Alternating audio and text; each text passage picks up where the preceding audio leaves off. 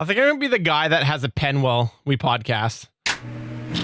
I'm Haley. I'm John. And I'm Will. And we're from Crimson Comet, a podcast member of the GonnaGeek network. Just like the one you're listening to now.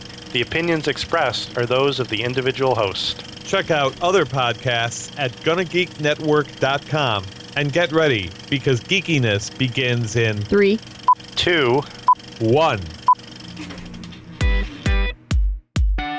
Welcome to Better Podcasting, a show where we talk about podcast tips, tools, and best practices to help you succeed with your podcast. What makes us different? Well, just like you, we podcast purely out of the love and fun of it.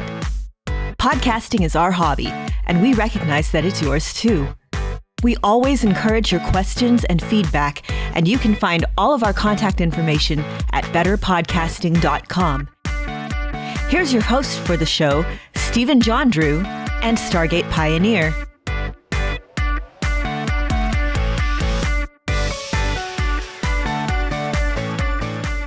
Hello and welcome to episode 16 of the Better Podcasting Podcast. I'm Stephen John Drew, and with me today is Stargate Pioneer.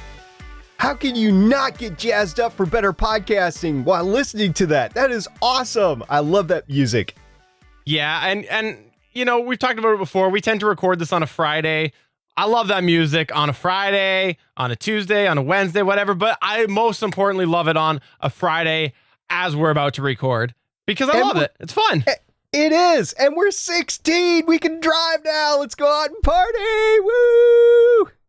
So when we get to like legal drinking age, are we using the Canadian 19 or are we using the American 21? Like, where are we going with that?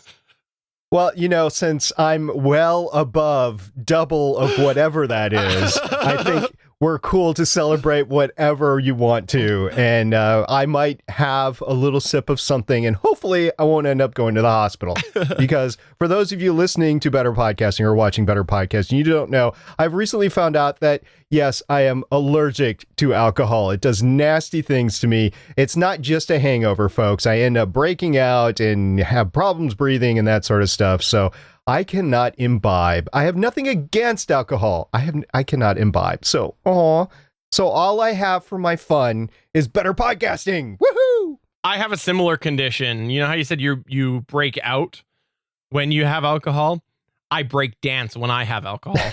Yeah. And then you have to break out of the prison that you put yourself in. Exactly. By the way, if you've noticed, we're especially chipper this week, and I'll tell you one of the reasons why. And I want to apologize sincerely to the listener last week because SP and I clearly both were getting over colds because I don't know how many times it sounded like we were 14 years old or our voices are getting all raspy and like half cracky. It was, oh man, both of us were getting over colds and it showed in the podcast last week.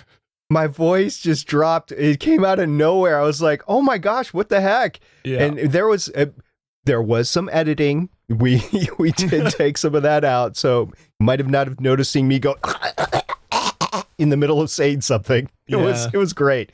So thank you for doing that, Stephen. Thank you for the listener for doing that, so they didn't have to put up with that. Absolutely. Now, today we are going to continue with our video arc, which we will get to in a minute. It will be the third installment, the third of 4 in our video arc. As we mentioned previously, we are in the process of covering all sorts of different thing video. But before we get there, we want to remind you of a beloved contest that we've got going on for a giveaway of a brand new Audio-Technica ATR 2100-USB microphone. That is the model number. If you look it up on the Audio-Technica website, it actually says Audio-Technica ATR 2100-USB. But the good news is for you, it is a combination USB and XLR microphone, even though the model number has a -USB in it. So it's slash on the package. You just saw it on the YouTube. I pointed it out. It's USB / XLR on the package. Although I will concede that it is dash on the website. So whoever is coding the website got it wrong. Exactly. But putting that aside, we are definitely giving this away, and you can enter by emailing to contest@betterpodcasting.com. Tell us why you want the microphone. It doesn't matter your reason. Just tell us what it is, and we will absolutely put you in the draw. And we're running this contest till the end of February 2016. And after we get all the entries in, we will do a draw, and somebody will win that brand new Audio-Technica ATR 2100. And I want to highlight this. It's been a while since we've highlighted this, and every week we get new listeners. This is not a sponsored contest by Audio-Technica. This is something that SP and I wanted to do because we do really like that microphone that much. We think it's a very, very versatile microphone. Last week, I ended up going for a business trip out of town. I took it with me, and I didn't get a chance to podcast, but I had full confidence that I would have sounded great if I did decide to podcast. So really, really good microphone, and that's why we wanted to give it away. I've taken out the cousin of the ATR 2100. You saw it on a past Better Podcasting that I actually used it on the plane. It is a great microphone, the AT2005, the AT20, which Steven is holding up right now. The ATR 2100 is this, it sounds the same. It is the same electronics. It just looks a little bit different. So, and plus this has an unlimited warranty. So, this is a great microphone, wholeheartedly endorsed by both of us, and we are giving it away for free. This is from us. This is not from Audio-Technica, and we want you to have it. And by the way, tell us if you have a podcast going on right now, tell us what that is, or tell us what your idea is. And if you don't want it out to everybody, don't worry, we won't give away your idea, but just tell us why you want it and what your plans are to use it, because we really would like to give this away to somebody that's really going to use it. So we are really looking forward to that. It'll be this podcast. Next podcast will be our last one that we tout the contest, and then after that we will be giving it away. So if you've already entered, just hold on a couple more weeks and it'll be out. And we will definitely accept submissions up to February 29th. We gave them a bonus date this year. We rearranged the calendar just for you. Just for you. February 29th, 2016. So even if you listen to the podcast and it's like, oh my God, there's 1 day left, I haven't entered, just do it. Just send us an entry and we will definitely get you in to the draw. But let's go ahead and move on to the video arc. And we warned you last week, we're going to get really technical because today we are going to cover the complicated method of doing video. Very, very complicated. Steven worked hard to get this right. Worked for months, and I'm not joking. We worked for months. This podcast took 10 months to release, not just because we came up with the idea, but because we had to work through the technical hurdles, and both of us lost major parts of our rig in the process. So it took 10 months to put this together. Will it take 10 months for you to put together? No, because we're going to tell you how to do it.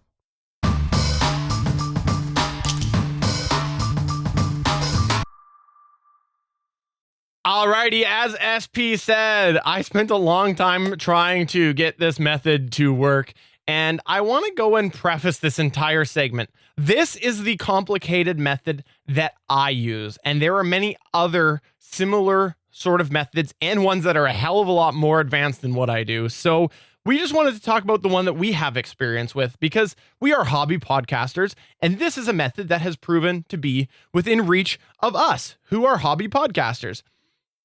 Now, a little bit was because Steven actually had the ability to multi-track sound before we went into this. So that was, I would agree, Steven, that was a baby step. Wouldn't you agree to that? I agree. And it doesn't have to be. It really doesn't. If you have a crew that really doesn't talk over each other, you don't really need to multi-track, and I'll get there in a bit. I'll get there in a little bit. But I'm just going to start at the very basics here. The way that we do this podcast is we use a combination of Skype and a program called XSplit. Now, what is XSplit? XSplit is a program that allows you to run a video switcher. So essentially, you compile what it is that you want to have put out to a final video stream. Now, that can be a stream out to YouTube, that can be a stream out to a variety of different places, or it can just be a compiled file to your computer.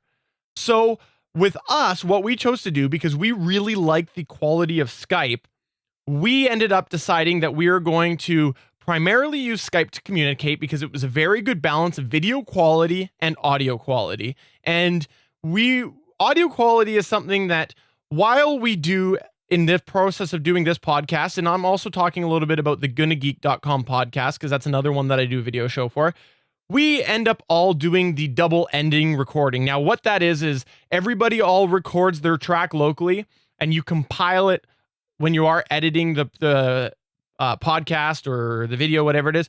You end up compiling everybody's local track so you get the best quality possible. Now, we stream out the GonnaGeek.com podcast, and one day we will stream out live this. So we wanted to have a good balance of video and audio because you won't get that local track until post-production. So we want to be able to offer a reasonable live experience. Plus, most importantly, if something goes wrong with that local track, there is a half decent quality backup somewhere along the way.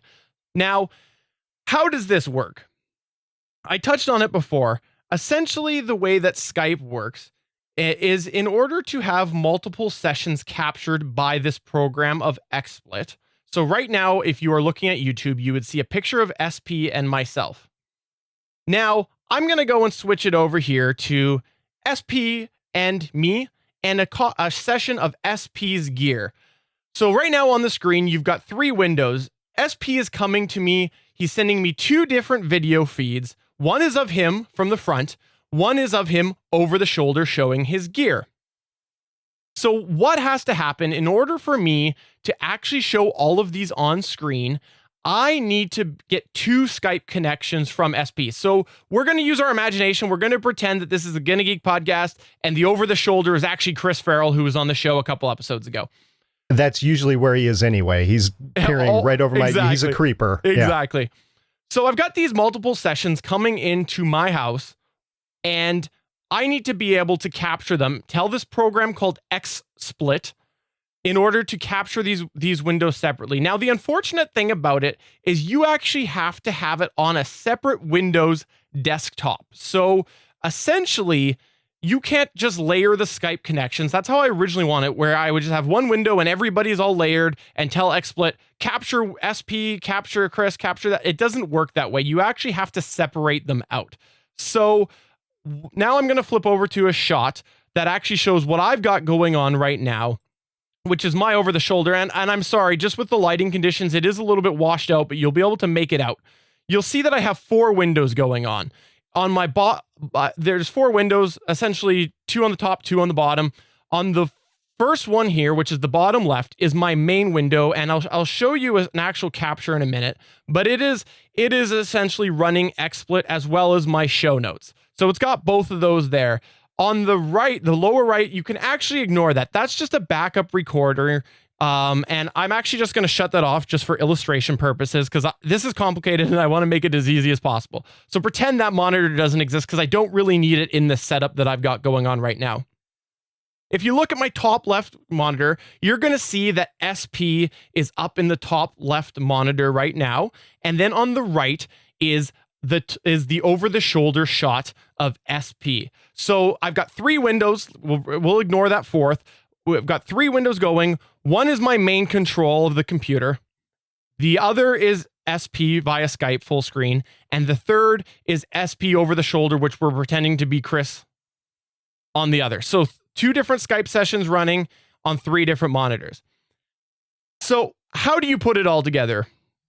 Well, if we look at the actual XSplit capture right now, you're going to see that this is what the program of XSplit looks like. Now, you're going to see there's actually a Better Podcasting logo over that. However, the reason that I've got that there is just because it does loop back if you show a capture of a capture of a capture of a capture. So I've just got it there for visual purposes.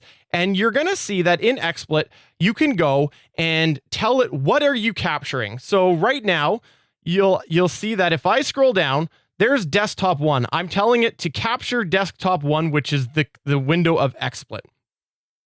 Then there's a bunch of different other options where you can say, all right, I want to capture SP, or I want to capture SP number 2, which is Chris. Or then you can go, by the way, audio listener, SP is holding up the Audio-Technica ATR 2100, which you can definitely enter by emailing contest@betterpodcasting.com. And then you'll see that I've got a little layer, which is where I end up overlaying the little visual. Now, why is that? Audio listener, you're not going to see this, but the reason I have the overlay on there is because what you may not realize about Skype is it actually previews back to the user in the lower right corner the screen capture. So you get this little preview window, which is, to me, ugly. I don't like seeing it, so I put an overlay over it. It themes the video, makes it look all better podcasting-y, and it also covers that overlay. And then you can go in and set up the configuration however you want. If you just had a couple of people, you would have a lot less options, but essentially this program called XSplit is how you end up building everything together. So you've got all these different options and you compile it and you can actually physically move them around and end up configuring the visual however you want. So I just wanted to show it on the video side of things so that you could see a little bit about what XSplit does and the reference point. So that's your first step. You get the Skype, you get the XSplit, you put it all together in whatever format you want. You could have 3 people, you could have 4, you could put in logos, you could put in video if you want. You can do a variety of different things within this program called XSplit. And why I chose XSplit is because XSplit is a subscription model. There are some really other great programs like vMix and VidBlaster, variety of different things. But for me, as a hobby podcaster, I wanted something that I didn't have to shell out hundreds and hundreds of dollars. And this works for me. It's a good balance of price and features. And best of all, it's subscription, so I don't need to fork it out all at one time. I did because you got a price break, but originally I wasn't planning on it. Yeah, so I use ManyCam, as we discussed last week, for my Legends of S.H.I.E.L.D. blabs and my Starling Tribune blabs, but that is simply to show a logo in the 4th quadrant on blab. That's all that is. It's to watermark it and it's to brand the video for anybody that happens to come through blab and they see, oh, wow, what is this? And they clearly can tell it is Starling Tribune or Legends of S.H.I.E.L.D. It is a very simple program. It cannot combine video the way that XSplit or vMix or VidBlaster can do.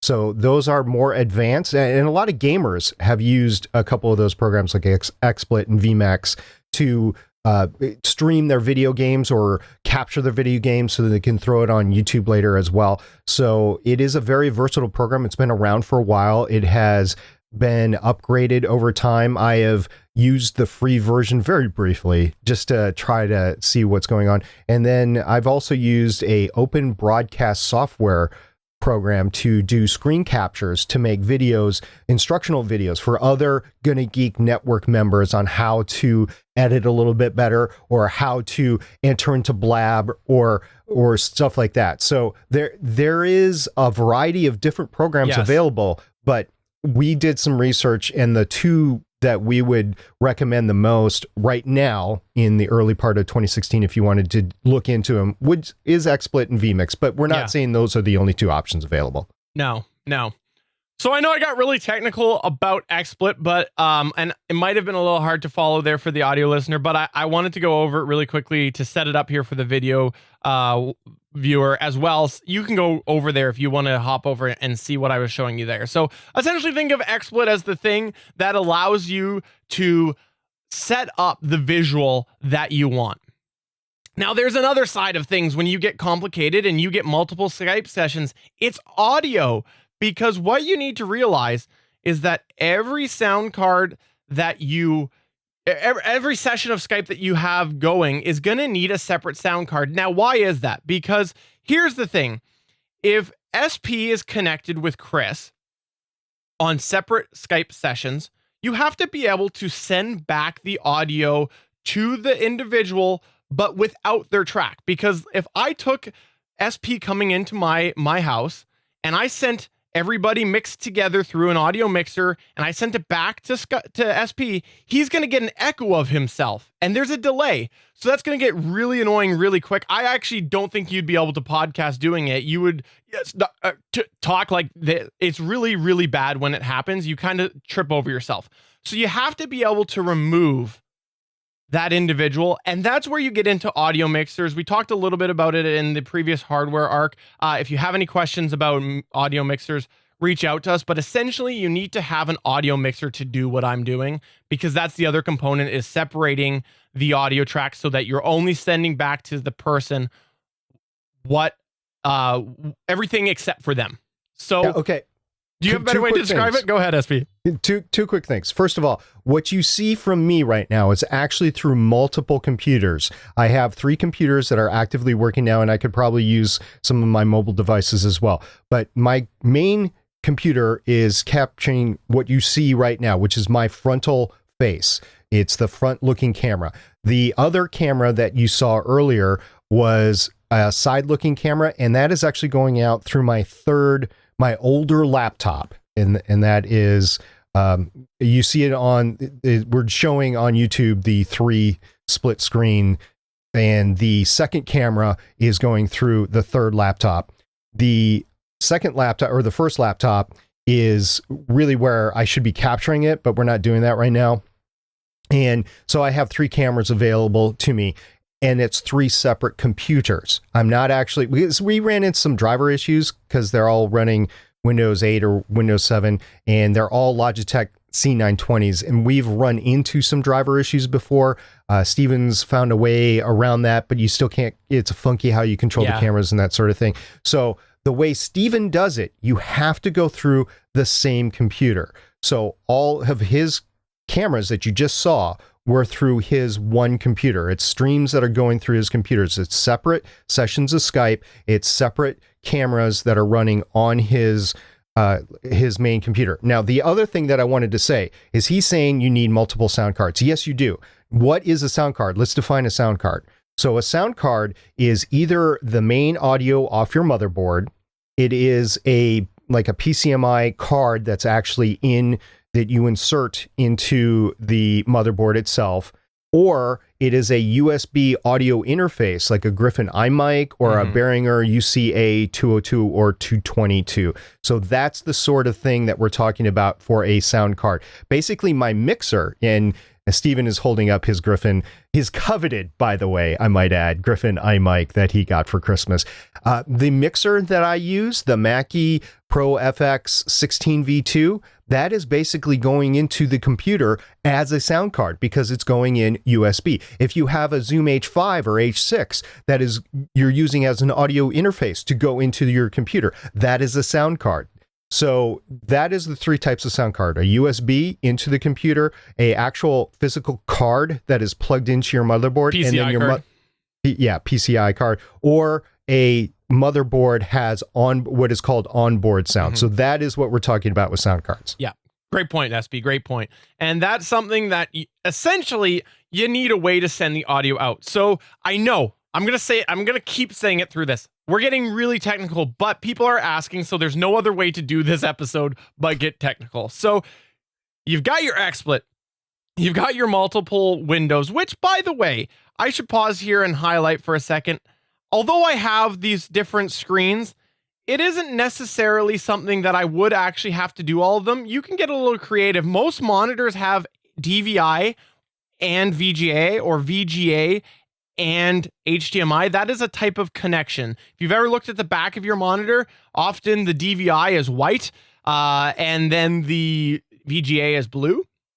So you can usually, if I wanted to, I could have these 4 screens that you see going right now. I wouldn't see them all at one time, but I could do it through 2 monitors. So you can get a little creative. Once again, if you have questions about how to do that, email me, I'll tell you. So you've got your different screens, you've got your different sound cards. What else do you need to do next? Well, if you just want to go and you don't want to do the local or the double ending, and you want to just use the mix recording that you're getting as the camera controller, like right now, if I wanted to just use the audio that I am getting from SP now and not use them locally, I'd be pretty set, because the XSplit is going to put the audio into a video file that I think it's about 128, might be 192, so not the highest quality in the world, but somewhere in that neighborhood. And then I could take that audio and I could go and I could use that to put out my podcast, and I could edit that video, and away I go. I'd be pretty set. But we're going to get into how we do it. So let's move on past that. As I mentioned, SP and I do double end. So what happens next? It's just a matter of SP, send me my recording. I'll drop it into the video editing software. I'll line it up and away we go. Right, SP? Yeah, that works every single time. It really does. It doesn't. It doesn't. No, So it does not. I'm going to play a little clip here, and audio listener, you'll be able to follow along here. What I've done in this clip here is I took from that first episode of our video arc, I've taken the video, and I've synced up our local tracks. So there was myself, there was Chris, and there was SP. And you're going to hear at the very beginning, it's slightly out of sync. Now, I've done that to purposely to show you that there are two audio tracks going. The one audio track that came from the video that XSplit produced for me at the end. And then the other tracks were everybody's local tracks. So the one that I recorded using my Cakewalk recorder, the one that SP did using his Zoom, and the one that Chris did using his Tascam. So I've put those on there. You're going to hear about 40 seconds of that. And then you're going to go to the very end. So I just skipped to the end and took the section, and you're going to hear it fall out of sync. So I want to do this so that you can have a reference point here on why it becomes a problem when you do a video podcast and you want to use external sound sources. So I'm just going to go ahead and play it here, and we'll return in a moment. You don't want to hear me singing anything at all, really. Well, if you have thought to yourself lately, SP and Steven, you guys are phenomenal, but I really missed that episode that you guys did with Chris Farrell. You're in luck, because tonight, Chris will be joining us on this show and this evening's or today's podcast. Everybody say hi to Chris. Wait, Hi, Chris. I was going to say they can't say hi. We'll wait another 4 weeks for people to email you, Chris. Chris, say hello to the audience. Hey guys, glad to be back. And SP, I guess if you're not superstitious, I can tell you I've been working on my Stargate Pioneer voodoo doll right now, and I might have been stabbing it earlier. So Chris has been using the term elusive solo podcast for a while. I think he needs to transition into successful solo podcast for a while, because I love listening. It's like my number one podcast. If it's a new one, I make sure I listen to it or watch it in the case of the special one that was just out. But I make sure it's the first one that I listen to if it is on my iPod unlistened. Well, I appreciate that. It's been a project that's been in the works for a long time, and I think I talked about last show. There's many early iterations of Nerd Alert News or other solo casts I looked into that will never see the light of day, because the format and the formula just didn't work. So I'm glad to hear that it is working right now. For sure. And listener, you can find that at nerdalertnews.com or over on GonnaGeekNetwork.com. That digital drift is such a wonderful thing. Listener, viewer, that was not a special effect. That was actually two sound files laid over each other. So that was not reverb or any sort of thing from the mixer or from the audio program. That was literally two separate audio tracks that were becoming more and more and more on sync. And so that's what you heard. If you're listening to the podcast, you're like, what are you guys doing? Yeah. Okay. So the other thing that I want to point out is that what you're going to see on screen is you're going to see the audio go out of the sync with the mouth. So you're going to have a digital drift, not only just in the audio itself, but you're going to have it on the video portion as well. Exactly. And I was toying with that idea of showing it falling out of sync, but the thing is then the audio listener couldn't hear it. So that's why I went with that route. So that was just to illustrate the problem you might find using two different sound sources. So how do you combat that? Because we do that. SP, by the way, on screen's making a fight symbol, and he drew me right into doing it. But what do you do? Well, there's a couple different methods, but primarily you give yourself a headache, because what you're going to do is you have to go and now dice up and manually sync up those individual local audio tracks to match the video. And you're not going to do it in something like Windows Movie Maker. You're going to be looking at something like Sony Vegas or Premiere. You're going to be looking at something a little more advanced. So maybe you want to do that. You know, the reason I do it, it was a passion of mine. I like video stuff. Maybe it's the same for you. So then you have to go through and manually sync it up. Now, there is a little bit of a cheat depending on how far they fall out of sync. If you go back and listen to that clip, it's actually not a huge amount. And on my track there, mine was actually extra out, and there was a reason for it. Partway through, it ended up kind of blipping a little bit. But that's not usually how far out I am at the end. But what you could do is you could essentially adjust the speed of the audio to match, because usually you find it's less than 0.01% out. It might be more, it might be less, but if you're within that realm, you could essentially adjust the audio speed to match so that it is synced up at the end. And then usually that covers most of it. You'll usually find, because of some dropped frames and some dropped audio like blips within the recording, there might be some sections you still have to go in and manually cut and move so that they're in sync with the video. But that is something that's going to get you most of the way. And a lot of the programs do have an ability to adjust for the pitch shift, because remember, as you adjust speed on something, you end up getting a bit of a pitch shift. But the thing is, if it's less than 0.01 either direction, you won't usually hear much of a difference. So you don't maybe need to do that. So those are your kind of two options. I've done both. I'll be honest, if you're manually doing it, it is a pain. I was doing that up until about a month ago, and it gives you a headache. It's like, we do an hour-long podcast on both of them. It took me probably 2 hours of syncing, because what happens is every recorder is a little bit different, and sometimes my track might fall behind while SP's track is falling ahead. So very, very different, and it is quite complicated, but doable. I do it. You can do it. Everybody could theoretically do it. You may not want to, though. So that's the bulk of it.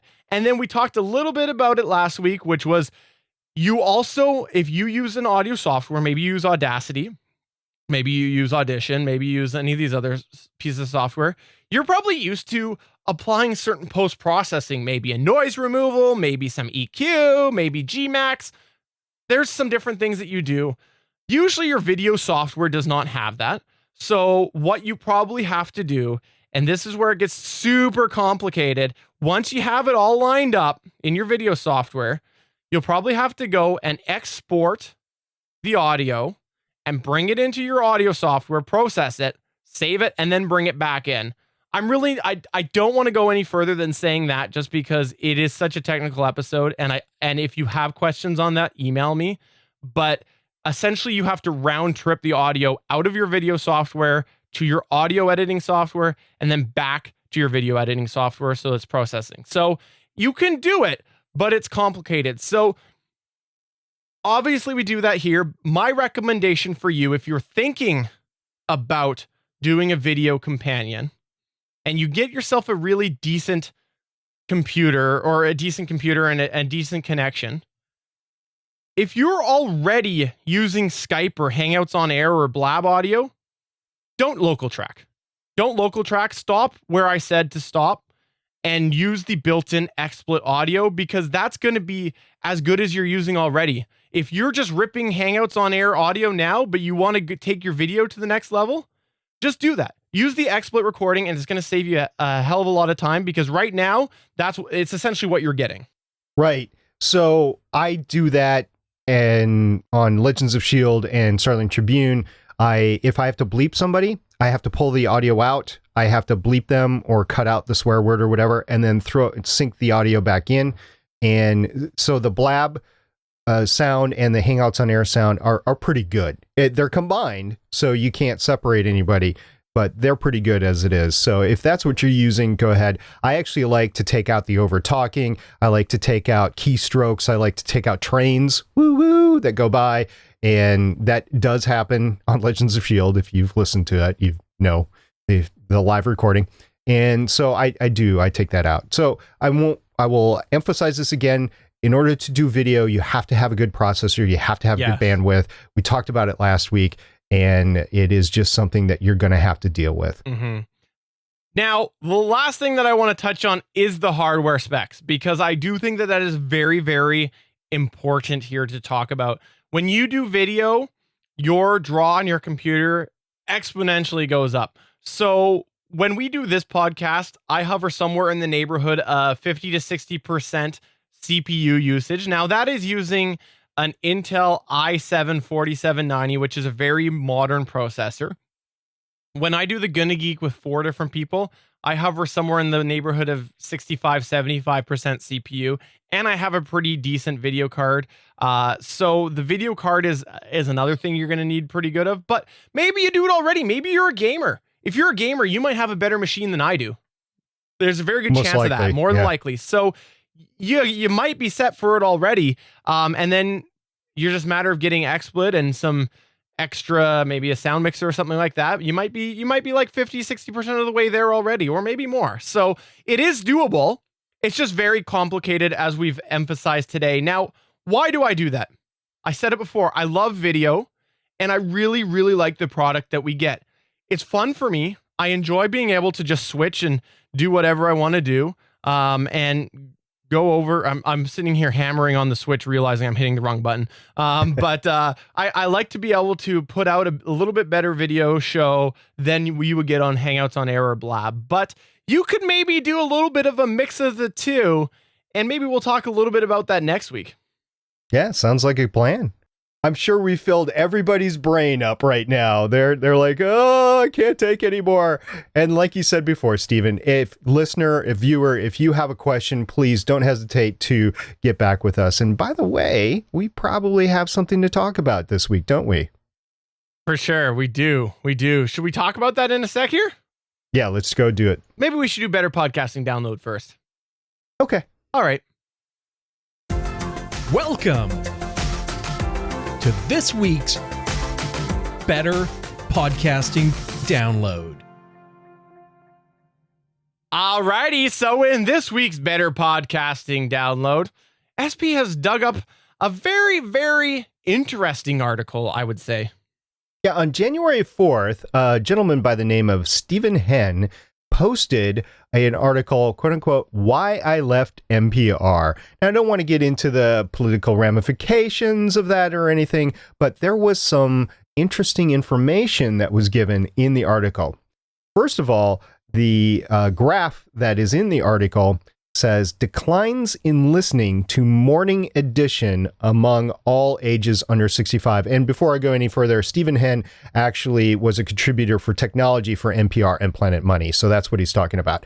So the graph is, since 2010, all age groups under 55, so 55 and under, and the graph goes from age 12 to 55. So 20% have dropped for listening to this show or these shows or whatever. So he's like, whoa, this is not insignificant. That's 20% of our audience. That's 20% of the people that we're marketing to that are no longer being marketed to. And he doesn't specifically come out and say it, but I'm going to say it. Podcasts have been ramping up 2% per year since it began. And this is obviously having an effect in the radio realm. And if you do want to reach a broader audience, if you want to possibly make some money, now we don't advocate that on Better Podcasting, we're hobby podcasters, but if that is your goal, this is something that could be obtainable. And some of these numbers are just atrocious. Like the prime, in my opinion, the prime age group that would be prime earners that you would want to market to, the coveted 35 through 44 realm, it starts out in 2010 at about 275,000 listeners. By the spring of 2015, it was down to 200. It lost 75,000 people in a prime advertising target. So yes, you're talking, I have dropped out of radio almost completely. I listen to podcasts in the car. I hate ads. If you listen to radio, you're listening to ads left, right, and backwards. You're lucky in an hour of radio if you get 20 to 22 minutes of content. And that is not an exaggeration, because you have news reports, you have commercials, you have little plugs that you put in here and there. On podcasts, if you're listening to an hour of podcast, you're going to get close to an hour of content. And that is why I did that. And there's also another reason. Radio has been broadcast to the masses, so it's got to appeal to the masses. Podcasts can get as niche as you want. At the time that I started listening to podcasts, I wanted to listen to some people talk about the television show Battlestar Galactica. So podcast started in about 2004 and Battlestar Galactica started in 2004. By the time I got my iPod Nano, 2 gigabytes or whatever it was 2007, 2006, 2007. And so podcasts were just starting to ramp up in niches like that. And even today on satellite radio, you can't find a show that talks about sci-fi prime time. So I wanted to listen to it on my way back and forth to work. So that's what I did. And tons of people apparently are doing the same thing. Yeah, it was pretty interesting when you found this, because it really does show the sort of shift that we've got in the audio medium right now. Like, it is there for a while there, everybody thought that satellite radio was the next big thing because it was commercial free. I don't think people realized how much people enjoy talk and the podcasting nature, because podcasting is really, in a lot of ways, it's a lot more real to me than it is on the radio or something else. Like, I don't know. I just find, like, if I want to go find a couple of guys talking about the Agents of S.H.I.E.L.D. podcast, I can do that really easily, right? Like, and I know it's authentic because they're doing it because they enjoy the subject, right? So I think that this is very, very interesting to see and very supportive of this sort of shift that we've been seeing in or hearing about in recent years. Well, Stephen, I will say, if you are looking for a couple of guys podcasting on Agents of S.H.I.E.L.D., you'll have to go outside the GonnaGeek network, because there's only one guy on our Agents of S.H.I.E.L.D. podcast, which is Legends of S.H.I.E.L.D., and that would be me. All the rest of the participants are women. Just pointing that out, sir. I use the term guys in a horrible, horrible generalization fashion. So just go ahead. Email me, Steven@betterpodcasting.com. But no, thank you very much for digging this up, SP. I think it's a really good thing to talk about. And audio listener, we would absolutely love to know what you have to say about this. So please give us an email. Go to betterpodcasting.com and you can write us, comment on the latest episode, whatever. Please just get in touch with us and tell us what you think about this. Looking forward to hearing what you have to say.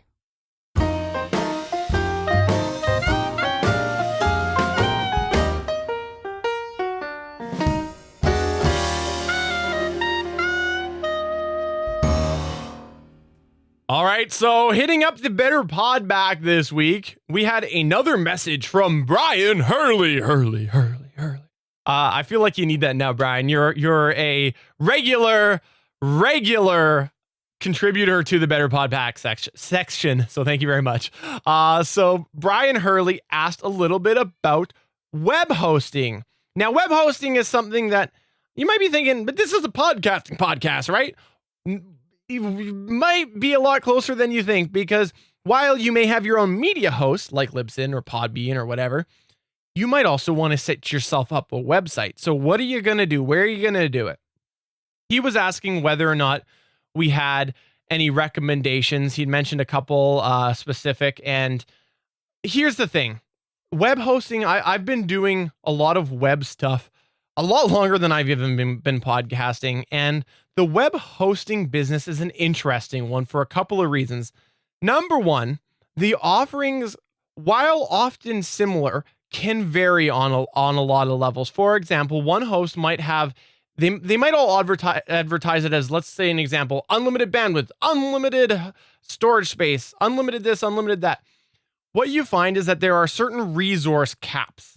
So you might find as you start to get a certain percentage of traffic heading to your website, all of a sudden your website bogs down with one host when it wouldn't with another, because the caps are higher on the other host. The other thing is, funny enough, the web hosting business is often an acquisition business. There are a couple of big players, key players out there that own a variety of brands. You're going to go and you're going to do a search for web hosting, and you're going to find a ton of different brands that are all competing and saying why they're better than the rest. And if you start to dig, you'll find a lot of those brands are owned by the same companies. So my recommendation for you is go to a forum called Web Hosting Talk. That's going to be your best line of resources, because there are definitely sponsored categories where you can get discounts. I I encourage you to go seek those out because you might as well save some money. But the second thing is there is a review forum. And as you start to dig through, you'll find a lot of really good information. You can search by a certain web host, like just put it in as a search term, and you're going to find a bunch of reviews, and you can start to see maybe there's a website that's going to do very similar to things to what you do. And so that might be the way you want to go. There could just be a variety of different things. So I encourage you to go to Web Hosting Talk. Check that out. It is really the key player in discussions on web hosting. And you can actually even just post a question and people will respond. Yeah, I have used a couple of mainstream hosting companies for my Voices of Defiance and for my BetterPodcastingGear.com websites. All the other podcasts I've elected to host, and Steven's been so gracious to allow that hosting on the GonnaGeek.com website. But for the ones that I've used, I had a hand-rolled HTML code website, which is Voices of Defiance, and then I had a WordPress website. And I'll tell you that definitely I would recommend WordPress, first of all. But second of all, I wish I would have done this research prior to going ahead and setting up these websites. Now, you can always transfer, right? But if you prepaid, it's like, well, maybe I'll just wait it out and see where it goes. But yes, doing this research beforehand is probably going, if you haven't gotten a web host already, is probably going to be in your best interests. Yeah. And if you want to know the specific one that I want to use, just email me. I'll tell you. I have nothing to hide, but it might not be what's best for you. Everybody's different. Everybody has a different site. But as SP said, you can transfer. So I just recommend, my recommendation always to people is, unless it's a really, really, really good deal where it's like money that it's so cheap that you're willing to take a gamble on it. I always recommend, as enticing as it might be to do a year, get yourself a month. Start with a month if you can, or the minimum package, because as you get your site set up, you might find that all of a sudden you are running into issues, and it really sucks if you have 3 years prepaid and you have to transfer away. So that's usually my recommendation if you're not sure.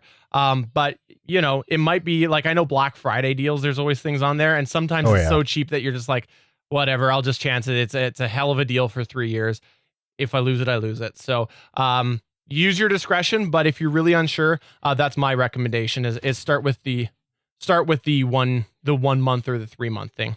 One final thing that I would like to say is that regardless of whether you choose to use web hosting, which is your own website, or you use the provided web page by your media host like Libsyn or Podbean or Blueberry, I would wholeheartedly encourage you to get your podcast domain of like betterpodcasting.com or GonnaGeek.com or legendsofshield.com or starlingtribune.com.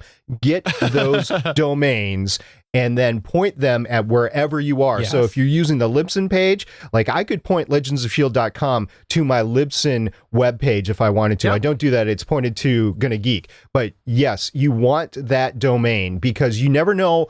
Eventually down the road, you might want to do a web page on your own and you'll need that domain. Otherwise, somebody will scoop it from you. And that happens all the time.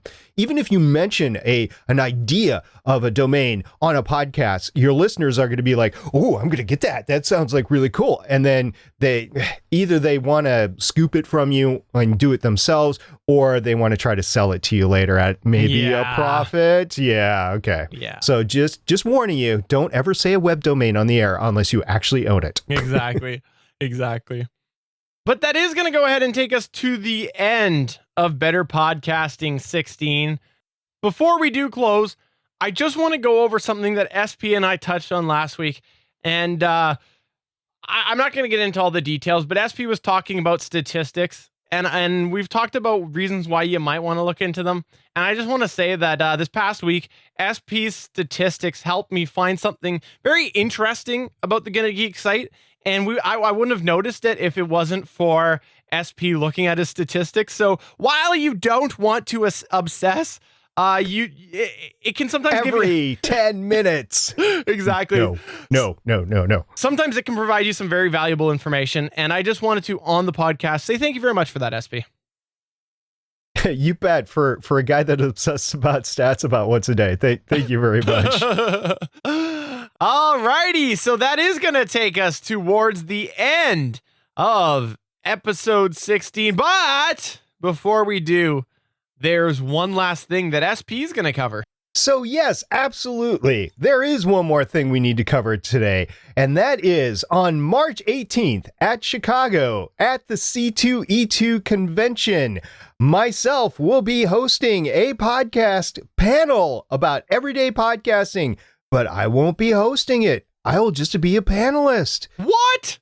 Yeah, I know. The Better Podcasting host is actually going to not host the panel. It's going to be Naki from All Things Good and Nerdy and Chris from All Things Good and Nerdy. Nerd Alert News and GonnaGeek is going to be there as well.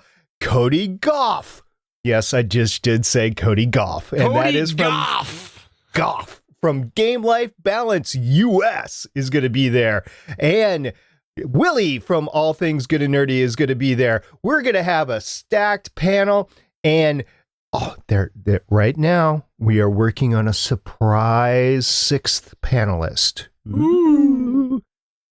You know, though, here's the thing, though, SP. I really appreciate your talking about it. I really wish that I could be there. You have me excited. I'm a little bit jealous. Well, I'm a lot jealous, but I'm really a little bit jealous that you don't have to host, because that's like the stressful duty. So congrats on that. But the thing that I would rather have than you talking about it would be a promo. That's what I personally would rather have, but I know you didn't prepare one. You're so demanding. No, I did not. I did not prepare one. However, the host of the panel did. So here we go. Hey everybody, it's Naki from All Things Good and Nerdy. Want to learn more about networking and podcasting? Join me, Stargate Pioneer, Chris Farrell, Cody Goff, and Willie Nelson at C2E2.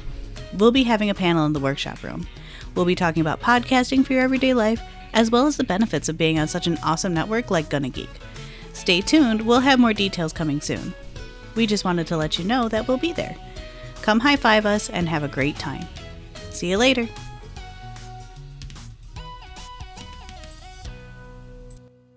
That's awesome. Awesome. Good job with that, Naki. I like that. I did, Naki. That was great. I played it on all my podcasts last week, so that's awesome. But so we'll be there. Come see us. And if you're there with us live, you might actually get something that will help you with your podcasting. I believe that's what we call a tease in the business, isn't it? Just a little bit. Just a little bit. Awesome. Well, I do really wish that I could be there, but a variety of circumstances prevent me from going. So I hope that you all have fun, and I cannot wait to hear what you guys have in store. So now I think we finally reached the end of episode 16. Woohoo! So for episode 16 of Better Podcasting, my name is Stephen John Drew, apologizing for all of the technical wordings and know-how and discussion we had today. And I'm Stargate Pioneer. Can I have the keys, Dad? Can I have the keys, Dad? Can I have the keys, Dad? No. Aw. Bye. See you guys next week.